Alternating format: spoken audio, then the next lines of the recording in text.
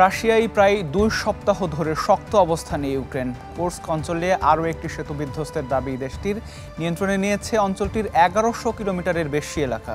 এদিকে বেলারুশ সীমান্তেও লক্ষাধিক সেনা জড়ো করেছে কিয়েভ।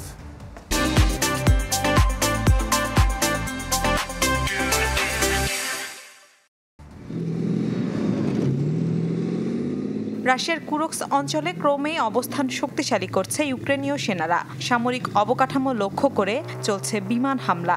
এরই মধ্যে অঞ্চলটিতে 1100 কিলোমিটারের বেশি নিয়ন্ত্রণে নিয়েছে ইউক্রেন সেনারা। নতুন করে ধ্বংস করে দেয়া হয়েছে কুরস্কের সেইম নদীর একটি সেতু। স্থানীয় সময় রোববার সেতুটিতে বিস্ফোরণের ভিডিও প্রকাশ করে ইউক্রেন।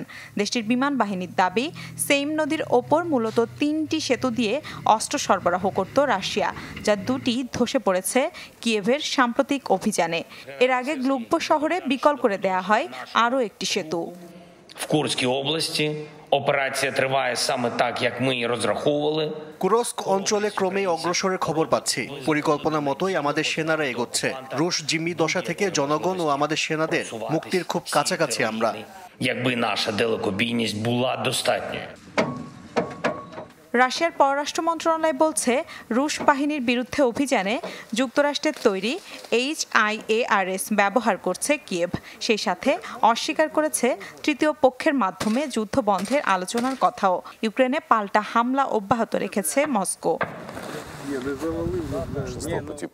এদিকে রাশিয়ার ঘনিষ্ঠ মিত্র বেলারুশ সীমান্তেও লক্ষাধিক সেনা জড়ো করেছে ইউক্রেন। পাল্টা পদক্ষেপ হিসেবে সীমান্তে সেনা মোতায়েন করেছে বেলারুশও। বেলারুশ সীমান্তে সেনা মোতায়েন করে আগ্রাসী মনোভাবের প্রকাশ ঘটিয়েছে ইউক্রেন। পাল্টা প্রতিরোধ করতে সামরিক শক্তি নিয়ে আমরাও প্রস্তুত। 2022 সালের ফেব্রুয়ারিতে ইউক্রেনে হামলা শুরু করে রাশিয়া। দখল করে ইউক্রেনের প্রায় 18% ভূখণ্ড।